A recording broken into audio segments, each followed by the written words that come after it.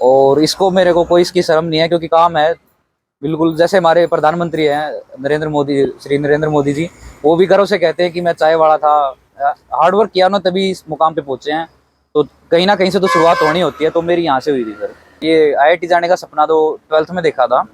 उस टाइम मेरे एक टीचर हुआ करते थे अनिमेश सर, तो उन्होंने मेरे को बड़ा सपोर्ट किया। फिर 12th मैंने तैयारी भी करी, पर उस टाइम मेरा हो नहीं पाया। तो और फिर मैंने सोचा आईआईटी जेईई मेंस मेरा गया था, ठीक ठाक गया था। इतनी अच्छी रैंक नहीं थी कि कोई अच्छी आईआईटी मिले, कोई अच्छी ब्रांच मिले। तो फिर मैंने बीटेक तो नहीं कर पाया मैं आईआईटी से, फिर मैंने वाईएमसीए से मैकेनिकल इंजीनियरिंग ली। और फिर उसी दौरान मैंने सोचा था कि सपना रह गया आईआईटी का जाने का। और फिर मैंने सर्च किया कि और तरीके से कैसे जा सकते हैं, तो मुझे पता लगा कि गेट के थ्रू मास्टर्स होती है आईआईटीज़ में, जो टॉप आईआईटीज़ हैं, कई बार फॉरेन में भी मिलती है। तो फिर मैंने अपने फाइनल ईयर में दिया था अटैम्प्ट। उस टाइम मेरी इंटर्नशिप के दौरान अच्छी तैयारी नहीं हो पाई, तो वो कंप्लीट होने के बाद फिर मैंने अपना जून के बाद फिर स्टार्ट की। तो मैंने 6 महीने यहीं पे घर पे बैठ के की, पहले ऑनलाइन कोचिंग ली थी उस टाइम। तो फिर अब मेरी फरवरी में पेपर हुआ था, तो उसमें मार्च मेरा रिजल्ट आया, उसमें मेरी 205 रैंक थी गेट में।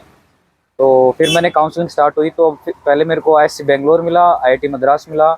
उसमें रिसर्च फील्ड ज़्यादा था, तो मैंने अप नहीं किया। फिर मैंने आईआईटी बॉम्बे फाइनल किया सर। तो अब जुलाई से उसकी क्लासेस चालू हैं। और सर वहाँ जाने का तो शुरू से ही सपना था, दीवारों पे भी लिखा हुआ था कि आईआईटी, पूरा वॉलपेपर की हमेशा दिमाग में छपा रहे कि यहाँ जाना ही है।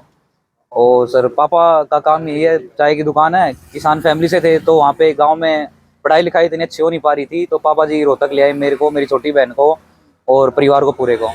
फिर यहाँ से चाय की दुकान पे पापा ने काम किया, मैं भी यहाँ कई बार आता था। 12th से पहले तो मैं रेगुलर कई बार यहाँ बैठता था, जून की छुट्टी में बैठता था। बीटेक के टाइम पे तो वहाँ पे चला गया फरीदाबाद, उस टाइम मेरा यहाँ बैठना बंद हो गया। और फिर अभी 6 महीने बाद फिर मैं आया, मेरे गेट के बाद भी मैं कई बार बैठा यहाँ पे जब भी टाइम मिलता है। रेगुलर शाम सुबह तो मैं ज़रूर आता हूँ, क्योंकि खोलना भी पड़ता है, इसको बढ़ाने भी आता हूँ। और इसको मेरे को कोई इसकी शर्म नहीं है, क्योंकि काम है बिल्कुल जैसे हमारे प्रधानमंत्री हैं नरेंद्र मोदी, श्री नरेंद्र मोदी जी। वो भी गर्व से कहते हैं कि मैं चाय वाला था, हार्ड वर्क किया ना तभी इस मुकाम पे पहुंचे हैं। तो कहीं ना कहीं से तो शुरुआत होनी होती है, तो मेरी यहाँ से हुई थी सर। और मैं मुझे सबसे ज़्यादा गर्व तो मेरे पिताजी पे है, जिन्होंने इस ये काम करके मेरे को कभी ये नहीं होने दिया कि मेरी पढ़ाई में कोई कमी रही हो, या मेरे को कभी किताबों किसी दोस्त से मांगनी पड़ी हो, या कभी कुछ हुआ हो। तो सबसे ज़्यादा अहम रोल तो मेरे पिताजी का ही है सर इसमें। और बाकी आज की जनरेशन तो सोचती है कि ये बहुत छोटा चीज़ है, बताएंगे दोस्तों को तो शर्म आएगी, कुछ कहेंगे, कई मजाक उड़ाएंगे। तो पर अब उन चीज़ों से ऊपर तो उठना पड़ेगा, तभी कुछ कर पाएंगे सर। Thank you sir. सपने तो मेरे पूरे परिवार ने ही देखे थे इस बारे में। मेरे फादर सोचते थे बचपन से कि भाई बेटे को तो ग्रेजुएशन करवा दिया, पर ये सक्सेस नहीं हो पाया। अपना ही ये फिर ये धंधा खोल लिया हमने। गांव में खेती बाड़ी करते थे, वहाँ मेरे बच्चों को मतलब मेरे परिवार का पालन पोषण नहीं हो पाता, क्योंकि महंगाई बहुत ज़्यादा है। तो मैंने यहाँ, मेरे पापा बोले कि भाई गाँव को छोड़ दे अगर बच्चे पढ़ाने तो सर मैं बच्चे पढ़ाने के लिए यहाँ सेक्टर 3 के हाउसिंग बोर्ड में मैंने किराए पे कमरा लिया, और यहाँ मैं आ गया। मेरे फादर का उसमें मतलब इतना ज़्यादा रोल रहा, बहुत ज़्यादा।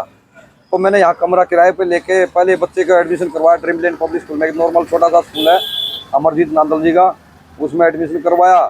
वहाँ से 10th किया।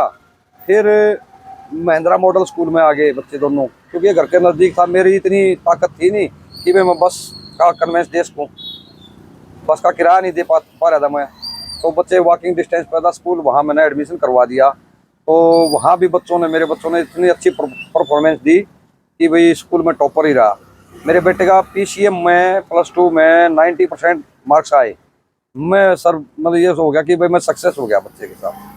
फिर बच्चे को मैंने बोला बेटा अब तू रुकने वाला नहीं है, तू पढ़ता रहे, तेरे को कोई कमी तो मैं नहीं आने दूंगा। मैंने इसके लिए फिर मतलब जैसे तैसे करके लोन लिया भाई। इनको मतलब ये नहीं महसूस होने दिया कि भाई पापा ने कभी कहीं से पैसा लिया है या ना लिया। बच्चे पढ़ते रहे, क्योंकि हौसला टूट जाता बच्चे को अगर ये हो जाए ना पापा को कहीं से पैसे मांगने पड़ गए। पर भगवान ने ऐसा साथ दिया। मैंने मतलब ये हाँ मैं मेहनत करता रहा, तो वो मेहनत मेरे बच्चों ने मेरी मेहनत पर रंग ला दिया। और आज मैं इतना गदगद हूँ कि भाई रात को खुशी के मारे नींद नहीं आती, क्योंकि यहाँ इस स्टेज से उठ के और वहाँ पहुँचना बहुत बड़ी बात है।